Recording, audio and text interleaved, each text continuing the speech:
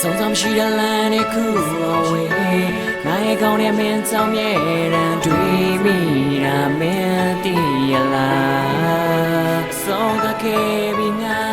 အားလုံးပဲမင်္ဂလာပါကျွန်တော်တို့ဒီ Koran Hat Production Team ရဲ့ interview လေးပေါ့နော်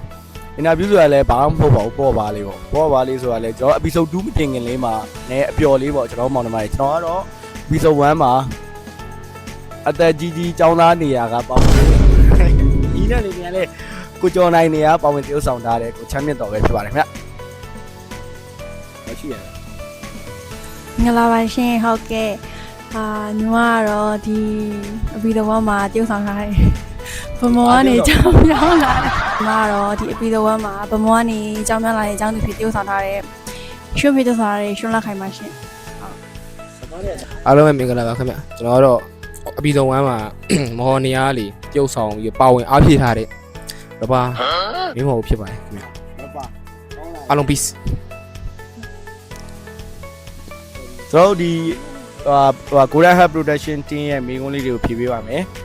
ပထမဆုံးမေးထားကတော့ရောင်မစိုးရတော့အချစ်ဆိုပြီးတော့တဲ့ပေးထားတာဘာကြောင့်လဲဇလန်းအစမှာတင်မင်းတော့အသေးကွဲပြားလိုက်တာကပိတ်သက်ကိုဆွဲဆောင်မှုဆိုတဲ့ကြည့်တစ်ခုလားတဲ့ဒါတကယ်တော့ပိတ်သက်ကိုဆွဲဆောင်မှုဆိုတာတဲ့ကျွန်တော်တို့ကပိတ်သက်ကိုဆွဲဆောင်မှုဆိုတာတဲ့ခုမှစူးစမ်းနေတယ် Production Team တစ်ခုဖြစ်တာ哦အဲကြောင့်မလို့ဒီရောင်မစိုးရတော့အချစ်ဆိုတဲ့ဟာကကျွန်တော်တို့ဒီဇလန်းတွဲရဲ့နာမည်ကလုံးနာမည်များအဲ့ထဲမှာအပီဆို1ဖြစ်ဒီရှုံးတဲ့ကိုကျော်နိုင်လို့ရဲ့ဒီတငယ်ချင်းကနေပြီးအယောင်မဆိုးအပ်တဲ့အချစ်ပုံစံမျိုးပေါ့တငယ်ချင်းကိုအယောင်ဆိုးလိုက်တယ်ဆိုရင်အယောင်နေဆုံးသွားပါအယောင်နေမဟုတ်ဘူးလေထားခဲ့ခံရနိုင်တယ်အဲဒါကြောင့်အယောင်မဆိုးရဘူး928ကိုအယောင်မဆိုးရဘူးအဲ့လိုသဘောမျိုးနဲ့ပြီးခဲ့တာဖြစ်ပါတယ်ရောင်းပါရောင်းလဲတော့မသိဘူးလဲရောင်းအနည်းရောင်း reflect လေးအဲ့ဒါတခုပေါ့နော်ဟိုရတဲ့ရှုံးအတွက်ပေါ့ကိုကျော်နိုင်ဟိုတဲ့ပြက်သားလမ်းခွဲသွားတဲ့ရှုံးရဲ့ character ကတဲ့ reflect လို့မြင်လာတဲ့အဲ့ဒါရောရှုံးကိုယ်တိုင်ဇက်ကောင်ရဲ့ခံစားချက်ကိုဘယ်လိုနားလဲပြီးတရုပ်ဆောင်နေတယ်reflect လို့တော့မမြင်ပါဘူးဒီတိုင်းပဲအချိန်ကြီးရဲ့ကြောင့်အဆင်မပြေလို့လမ်းခွဲလိုက်တာပဲလမ်းခွဲတဲ့လို့မြင်ပါတယ်ဘယ်လိုမှမမြင်ပါဘူးဟာသေစာဘလူးပါဘလို့လမ်းခွဲတဲ့မဟုတ်လေသူကမေးထားတဲ့မိကုန်းကသူကလမ်းခွဲတဲ့နေဆိုတော့ဥမာလမ်းမခွဲလို့မရတဲ့အနေထားမျိုးဇလန်းရလမ်းခွဲလိုက်အပြင်မှာဆိုရင်ရောအဲ့လိုအနေထားမျိုးကြုံလာခဲ့ရင်လမ်းမခွဲပါဘူးဒီပါကိုရှင်းတော့ကဲသမီးလိမ်ပါလေအနီသမီးကိုလာကြည့်ပါဦးမိမသေးနေတာပြီးတော့ကိုမဟောဒီဇလန်းမှာတဲ့ကိုမဟောအနေနဲ့စပိုးရင်းပေါ့နော်စပိုးရင်းနေရာဒီကိုကျော်နိုင်ရဲ့စပိုးရင်းနေရာကနေပြီးတော့ဟုတ်ကဲ့ပါခင်ပါဝင်ခဲ့ရတဲ့နေရာမှာဟိုဒါဇလန်းအတူလည်းဖြစ်တယ်အပီဆုံးဝိုင်းလည်းဖြစ်တယ်ဆိုတော့အဲ့ဒီပေါ်ကိုမဟောရဲ့ကာရိုက်တာနေရာခံစားချက်လေးတကယ်ချင်းအပေါ်ဘလို့ဒီအသေးကွဲသွားတဲ့တကယ်ချင်းပေါ်ဒီသားမဖြစ်ခင်ကအခန်းမှာဘယ်လိုမျိုးတရုပ်ဆောင်ခဲ့ဟောပေါ့ခက်ခဲတွေအများကြီးရှိရောကောင်းပါဟုတ်လေကောင်းပါရဲ့ဆိုဘယ်လိုပြောမလဲတကယ်ချင်းကောင်းပေါ့ဒီမှာပျော်တဲ့ချိန်လဲတူရှိရယ်ဝမ်းနေတဲ့ချိန်လဲသူနားမှာရှိပြီဆိုတော့တကယ်ချင်းကောင်းနေနဲ့ပါဝင်ရဆိုအပြင်ကားတိုင်းနဲ့ကြိုက်တယ်လေပြင်ကားတိုင်းနဲ့ကြိုက်တယ်အပြင်ကားတိုင်းပဲတားနူးညံ့လုံးသားတွေအဲ့တော့ကြိုက်တယ်ဆိုတော့ဘလို့တားကြီးဟိုမှဖြစ်ပါဘူးခက်ခဲမရှိပါဘူးဆိုအပြင်ကားတိုင်းဆိုတော့လေဆင်းပြေပါရဲ့ပေါ့တိုးဆောင်ရတယ်ဗျခက်ခဲမရှိလုံးသားလေးကနူးညံ့တယ်လုံးသားနူးညံ့တားနူးယောဂသားကြီးရင်ဟုတ်မို့ယောဂသားအမေကပြောတာလူရိုးလေးဟုတ်ရဲ့ပေါ့ကင်မရာမန်ကိုမဲပါစိတ်ဆိုးနေဆိုးပါအဲ့ဆိုရင်ရှွန်းတော့ပေါ့နော်ဒီနှလုံးသားမှတ်တမ်းများတွေကဒီအပီဆို1မှာတရုပ်ဆောင်မှုဘလို့စပြီးတော့ပါဝင်ဖြစ်ခဲ့တာဒါပေမဲ့မတို့ကြောင့်ဒီစီနီယာကြီးဖြစ်တဲ့ကိုချမ်းနေလာပြီးတော့ညီမလေးလူရှိရဲရိုက်လို့အဆင်ပြေမလားရိုက်နိုင်မလားလို့ပြောတယ်ညီမကိုလည်းအတွေ့အကြုံရချင်တာရဲ့ပြီးတော့တစ်ဖက်ကအတူအလုံးကမဲ့သူကလည်းကိုချမ်းဖြစ်နေရကြယုံကြည်မှုလေးရှိရယုံလေးယုံကြည်ရမလို့လက်ခံပြီးပေါင်းဖြစ်ခဲ့ရဖြစ်ပါတယ်ကိုချမ်းကိုယုံလို့စိတ်ထဲပါတယ်စိတ်ထဲအရင်ပါတယ်အဆန်းပါဒါပေမဲ့လေအဲ့တခုမေးတယ်ကြီးအခုကိုကျော်နိုင်မို့ကိုကျော်နိုင်ပဲထားပါတော့ဇက်ကောင်ကိုကျော်နိုင်ကအပီဆုံး1မှာမင်းသမီးကိုလေတဲကွဲပြီးတော့အပီဆုံး1မှာတခါတည်းဖျောက်ပစ်လိုက်တဲ့ပုံစံဖြစ်နေအဲ့ပေါ်ကျဉ်းတတ်မှုရှိပါတယ်ကျဉ်းတတ်မှုဘာမှတော့မဖြစ်ပါအပီဆုံး2မှာဆိုရင်ရှုံးကပါမလာတော့ဘူးအဲ့ကြရင်ရောအခုတချို့ ဟိုအပေးနေတဲ့တငယ်ချင်းတွေရှိနေမယ်ပါရှုံးမပါဝင်လာတော့ဘာတွေပြောသေးလဲသူတို့နေတယ်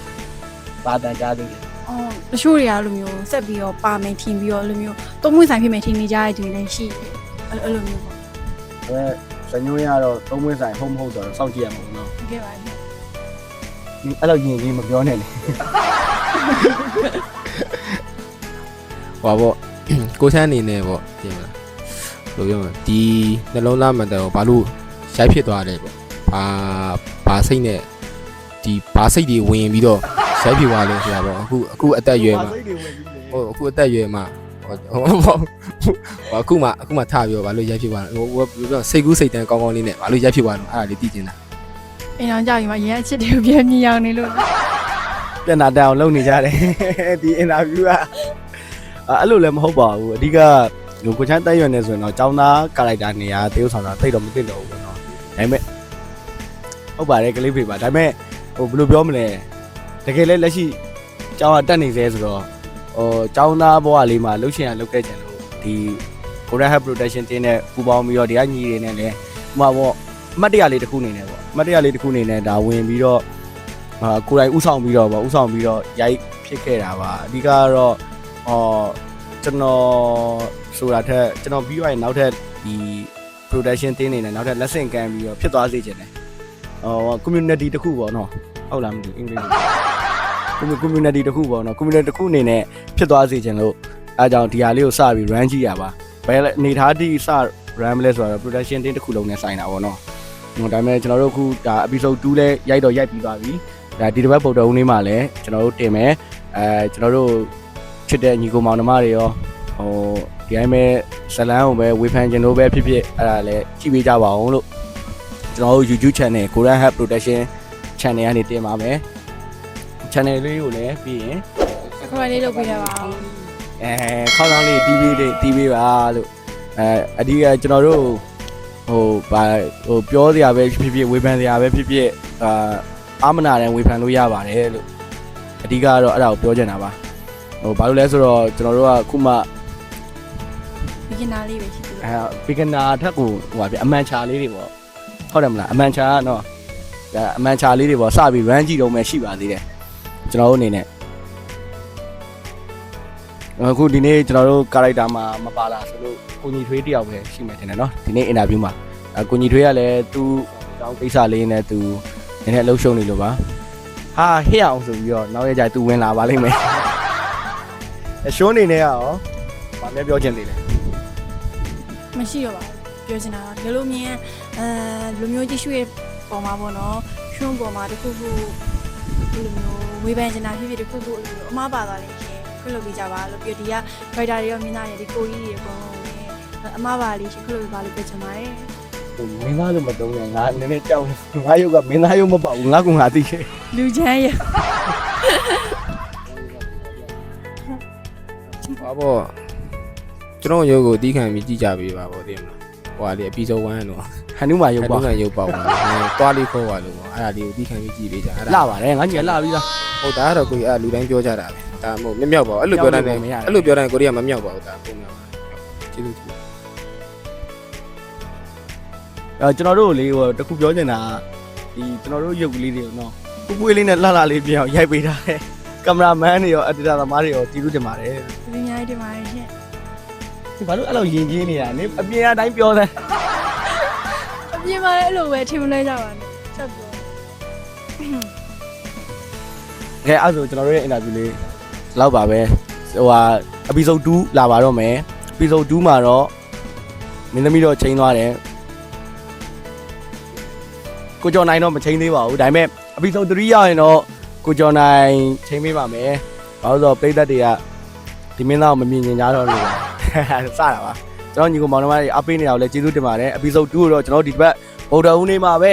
Korean Health Protection ကနေတင်မှာပဲဖြစ်ပါတယ်ညနေ6နာရီမှာတင်မှာဖြစ်ပါတယ်ခင်ဗျအဲဒါကြောင့်အားလုံးပဲစောင့်မျှော်ကြည့်ရှုအားပေးကြပါဦးခင်ဗျ ဒီတင်ပါတယ်ကြည့်ပေးကြပါဦးရှင် ကျွန်တော် Korean Health YouTube channel လေးကိုလည်း subscribe လုပ်ပေးပါဦးကျွန်တော် TikTok account ကိုလည်းဒီရက်ပိုင်းတွင်းမှာepisode 1ကိုပြန်တင်နိုင်အောင်ကျွန်တော်တို့ကြိုးစားနေပါတယ်TikTok account ကိုလည်းကျွန်တော်တို့ following လေးလုပ်ထားပေးပါဦးကျွန်တော်ဖွင့်ပြီးလည်းကြီးညာပေးပါမယ်အားလုံးကျေးဇူးတင်ပါတယ် ဒီနေ့တင်ပါတယ် ကျေးဇူးတင်ပါတယ်